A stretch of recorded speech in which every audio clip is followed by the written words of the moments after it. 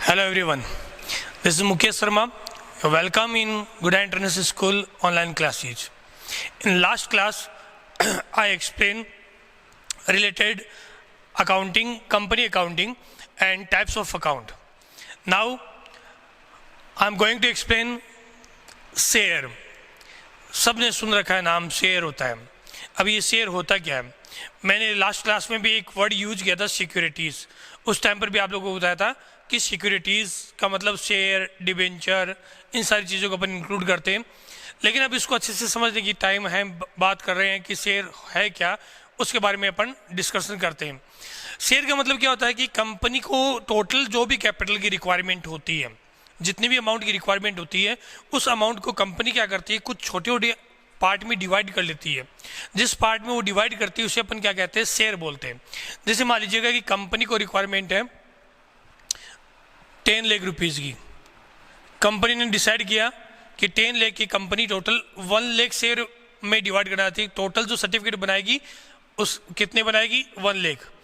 तो कंपनी क्या करेगी, 1 लाख के अकॉर्डिंग इसको सॉल्व करते तो एक सर्टिफिकेट जो कंपनी बनाएगी उस कंपनी के सर्टिफिकेट की वैल्यू कितनी होगी, 10 रुपीज़.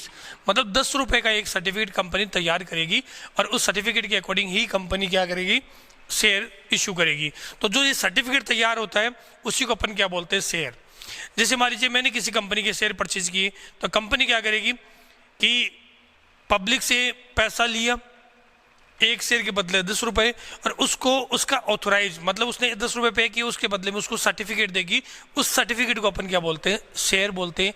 उसी को अपन सिक्योरिटीज बोलते हैं. यहाँ पे देखिएगा शेयर को एक्सप्लेन भी किया है. Total capital of the company is divided into unit of small denomination. Each unit is called share. इसी सर्टिफिकेट को इसी जो यूनिट में डिवाइड करें टोटल कैपिटल को, उसी को अपन लोग क्या बोलेंगे, शेयर बोलेंगे. ये तो बात हुई शेयर की. अब अपन बात करते हैं कि शेयर को कितने टाइप में डिवाइड करें, शेयर क्या क्या होते हैं. जनरली क्या होता है कि शेयर को अपन 2 कैटेगरी में डिवाइड करते हैं और इसमें जो 2 कैटेगरी होती है वो कौन कौन सी होती है, equity share and preference share. Preference share के और टाइप भी होते हैं, लेकिन अपन मेजर जो अपन बात करते हैं तो वो 2 ही कैटेगरी बनी. फर्स्ट वन है इक्विटी शेयर कैपिटल और सेकेंड है प्रेफरेंस शेयर कैपिटल. कैपिटल को भी डिवाइड कर दिया और अपन कह सकते हैं सर्टिफिकेट को भी डिवाइड कर दिया. अब इक्विटी शेयर और प्रेफरेंस शेयर क्या होता है, जैसे अपने घर की बात करते हैं. मान लीजिए मैं आपके घर पे आऊँ, आप लोगों को पसंद नहीं हो मेरा आना, आप दरवाजे पे हाथ लगा के खड़े हो जाओ, नहीं सर अंदर नहीं आना. ओनर हो आप घर के, बोल सकते हो. लेकिन उसी टाइम पे आपके दादाजी आए, आपको एक चाटा लगाए, आपको बाहर निकाले और मुझे अंदर कर ले, तो मतलब रियल ओनर कौन है. पहले तो मैंने ओनर वर्ड आपके लिए भी यूज किया था, लेकिन आप तो नहीं हो ना. अब ओनर कौन है, आपके दादाजी है. वो कह रहे हैं, इसका मतलब उस टाइम पर डिसीजन कैपेसिटी किन की है, उनके पास में, उन्हीं को अपन बोलते हैं इक्विटी शेयर होल्डर. मतलब जो रियल ओनर होते हैं कंपनी के वो इक्विटी शेयर होल्डर होते हैं. और उसके बाद में अदर जो मेंबर्स होते हैं उनको अपन लोगों ने जिनसे पैसा कलेक्ट कर रखा है वो प्रेफरेंस शेयर होते हैं. तो इसके अंदर अपन लोगों ने कैटेगरी में 2 कैटेगरी में डिवाइड की. नंबर 1 है वो है प्रेफरेंस शेयर और नंबर 2 पे अपन ने रखा है इक्विटी शेयर. इन दोनों को समझने के लिए अपन लोग इन दोनों की डिफरेंस को समझते हैं ताकि अच्छे से समझ में आए. प्रेफरेंस शेयर होते हैं उनके आगे हमेशा कुछ ना कुछ परसेंटेज लिखा होता है. प्रेफरेंस शेयर में जैसे मान लीजिएगा अपन लिखते हैं 6% प्रेफरेंस शेयर. इसका मतलब क्या है, ये जो शेयर है उस पर मान लीजिएगा 10 रुपीज़ का शेयर है, 10 रुपीज़ का 6% जो होगा वो उस पर अपन लोग उसको क्या करेंगे, डिविडेंड देंगे. डिविडेंड का मतलब होता है प्रॉफिट का वो पार्ट जो अपन शेयर होल्डर को देते हैं, उस पार्ट को अपन बोलते हैं लाभ का अंश, लाभांश, और इसको बोलेंगे डिविडेंड, पार्ट ऑफ प्रॉफिट. तो जो पार्ट ऑफ प्रॉफिट देंगे वो कितना देंगे, 6% of the face value of share. अब ये रेट फिक्स होती है इसकी, उसे अपन क्या कहेंगे, paid dividend eight fix rate. तो वो क्या है, प्रेफरेंस शेयर.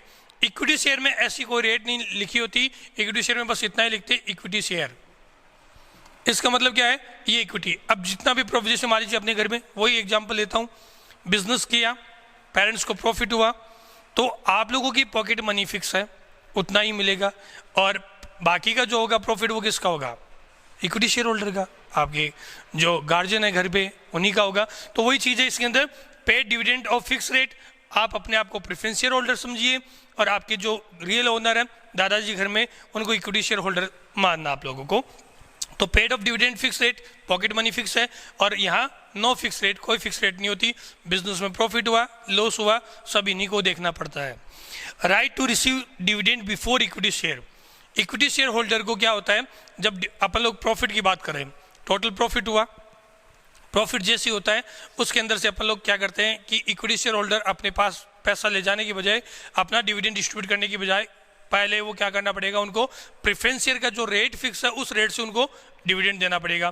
फिर जो अमाउंट बचेगी वो किसका पार्ट होगा, वो इक्विटी शेयर होल्डर का डिविडेंड का पार्ट होगा। तो पहले किसको मिलेगा, प्रेफरेंस राइट, इनको प्रेफरेंस, वर्ड से क्लियर हो रहा है, इनको प्रेफरेंस दी जाती है हर एक पॉइंट में। तो right to receive dividend before equity share, अब इनको डिविडेंड मिल गया, फिर रिमेनिंग जो डिविडेंड होगा वो इनको होगा आफ्टर प्रेफरेंस शेयर।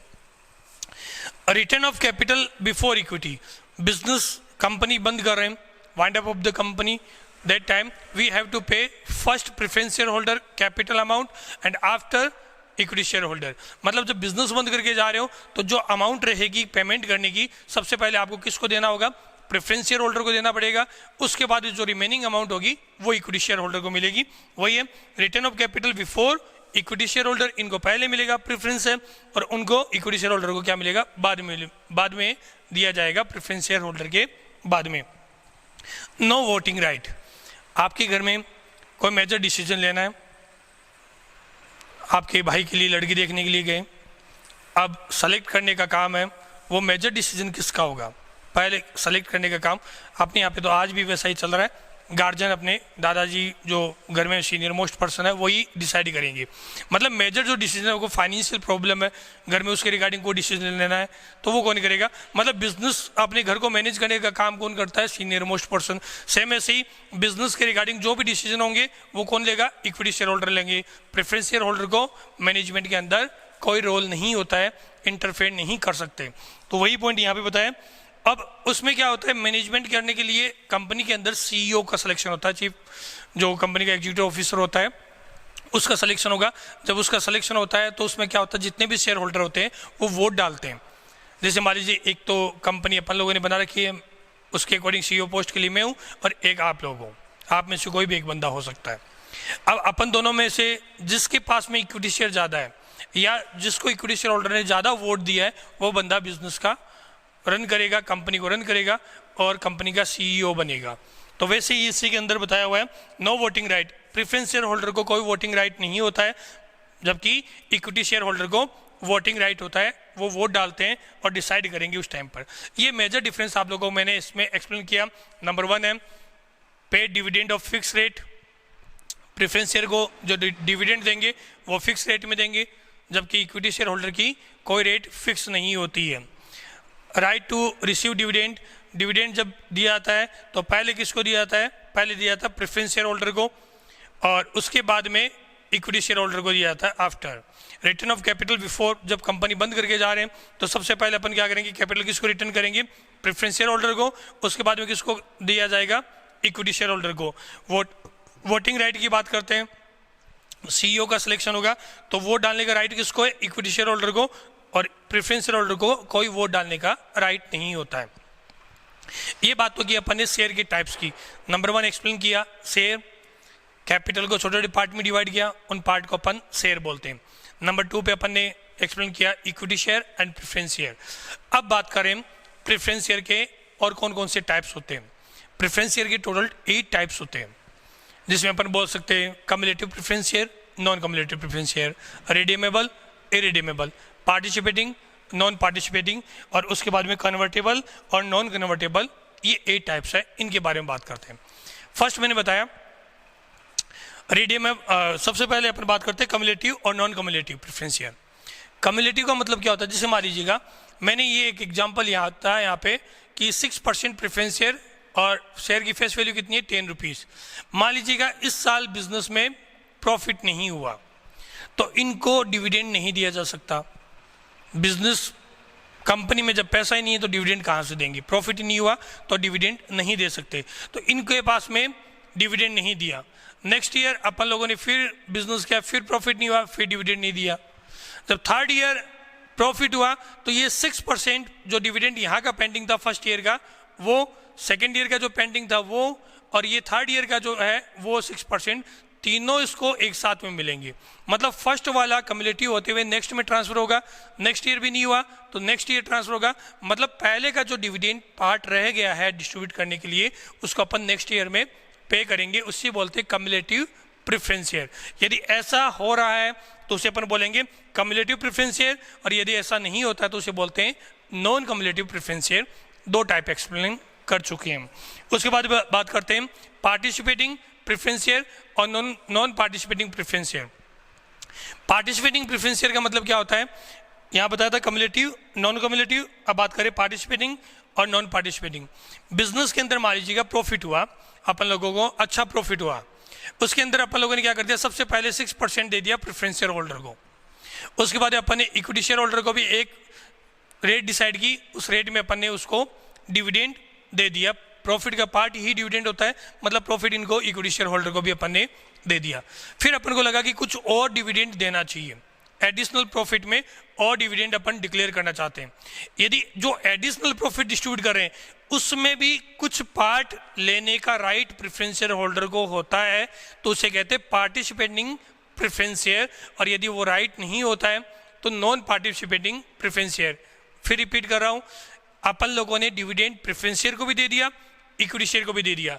अब अपन लोगों ने डिसाइड किया कि अपन और डिविडेंड देते हैं इक्विटी शेयर होल्डर को, या अदर जो अपन डिविडेंड डिस्ट्रीब्यूट करने का डिसीजन लिया है उसमें, उस एडिशनल डिविडेंड में यदि पार्ट लेने का राइट प्रेफरेंस शेयर को है तो पार्टिसिपेटिंग प्रेफरेंस शेयर, और राइट नहीं है तो non participating preference share. Cumulative profit cumulative होता हुआ चलेगा, इस साल प्रॉफिट नहीं हुआ अगले साल देना पड़ेगा, इस ईयर का भी और अगले ईयर का भी, तो उसे बोलेंगे कम्युलेटिव। पार्टिसिपेटिंग डिविडेंड दोनों को दे चुके हैं, एडिशनल डिविडेंड और देने की कोशिश कर रहे हैं, उस टाइम पर आप लोग क्या करेंगे, प्रेफरेंस शेयर को भी उसमें पार्ट लेने का राइट है तो पार्टिसिपेटिंग, और राइट नहीं है तो non participating preference share. Next बात कर रहे हैं रिडीमेबल और इरिडीमेबल। रिडीमेबल का मतलब क्या होता है, जैसे कंपनी ने क्या कर दिया, शेयर इशू किए, कंपनी 10 रुपीज़ पब्लिक से लेती है, पब्लिक ने 10 रुपीज़ कंपनी को दिए। इन फ्यूचर कंपनी कुछ टाइम के बाद में ये 10 रुपीज़ पब्लिक ने कंपनी को दिया, कंपनी ने क्या कर दिया, सर्टिफिकेट जो शेयर है वो पब्लिक को दे दिया। कुछ टाइम के बाद में कंपनी क्या करेगी, अपना सर्टिफिकेट वापस कैंसिल करेगी और पब्लिक का पेमेंट वापस करेगी। जब ये शेयर अपन लोगों ने इश्यू किया था, पब्लिक को शेयर दिए और पैसे लिए, उसे तो बोलते हैं इश्यू ऑफ शेयर। और जब अपन लोग क्या कर रहे हैं, अमाउंट वापस पे कर रहे हैं पब्लिक को और शेयर को कैंसिल कर रहे हैं तो उसे बोलेंगे रिडम्पशन ऑफ शेयर। यदि किसी शेयर के अंदर, प्रेफरेंस शेयर के अंदर रिडम्पशन होगा, मतलब उसका पेमेंट इन फ्यूचर वापस रिटर्न करेंगे तो उसे बोलेंगे रिडीमेबल प्रेफरेंस शेयर, और यदि ऐसा नहीं होता है तो उसे बोलेंगे irredeemable preference share. Cumulative, non cumulative, participating, non participating, redeemable, irredeemable. 6 point आप लोगों को मैं 6 टाइप इसके एक्सप्लेन कर चुका हूँ। और लास्ट है कन्वर्टेबल और नॉन कन्वर्टेबल। कुछ एक ब्रांडेड कंपनी जिसकी गुडविल मार्केट में अच्छी है, वो क्या करती है, प्रेफरेंस शेयर इशू करती है, और इस कंडीशन पे इशू करती है कि अभी कंपनी अपनी इक्विटी शेयर, मतलब मेन ओनरशिप नहीं दे रही है, लेकिन कुछ टाइम के बाद में इन शेयर को, प्रेफरेंस शेयर को इक्विटी शेयर में कन्वर्ट कर दिया जाएगा तो उसे बोलेंगे कन्वर्टेबल प्रेफरेंस शेयर। और यदि ऐसा नहीं होता है तो उसे बोलेंगे नॉन कन्वर्टेबल प्रेफरेंस शेयर। ये शेयर के टाइप रहे। फिर रिपीट कर रहा हूँ, कम्युलेटिव, प्रॉफिट नहीं हुआ नेक्स्ट ईयर प्रॉफिट देंगे, कम्युलेटिव है, ऐसा नहीं होता है नॉन कम्युलेटिव है। उसके बाद पार्टिसिपेटिंग, अच्छा प्रॉफिट हुआ, इक्विटी को भी दे दिया, प्रेफरेंस को भी दे दिया। फिर एडिशनल प्रॉफिट देने की बात है, उस एडिशनल प्रॉफिट में पार्ट लेने का राइट है तो पार्टिसिपेटिंग, और राइट नहीं है तो नॉन पार्टिसिपेटिंग प्रेफरेंस शेयर। फिर थर्ड वाला बताया था आपको रिडीमेबल। इन फ्यूचर अमाउंट जो शेयर है उसकी रिडीम करेंगे, उसका पेमेंट करेंगे तो रिडीमेबल, और यदि नहीं करेंगे तो इरिडीमेबल प्रेफरेंस शेयर। और कन्वर्टेबल, शेयर को यदि अपन इक्विटी में कन्वर्ट करते हैं इन फ्यूचर तो कन्वर्टेबल, और यदि नहीं करते हैं तो नॉन कन्वर्टेबल प्रेफरेंस शेयर। ये आप लोगों का एक शेयर का जनरल, शेयर कैसे होते हैं, इंट्रोडक्शन दिया, टाइप्स बताए इक्विटी और प्रेफरेंस, फिर प्रेफरेंस शेयर के टाइप्स बताए, एक जनरल इंट्रोडक्शन आप लोगों को दिया है। नेक्स्ट पार्ट के अंदर आप लोग इस कंपनी के अंदर आप लोग इश्यू यदि अपन शेयर करते तो उसकी क्या प्रोसेस होती है वो समझोगे। Thank you, have a nice day बेटा।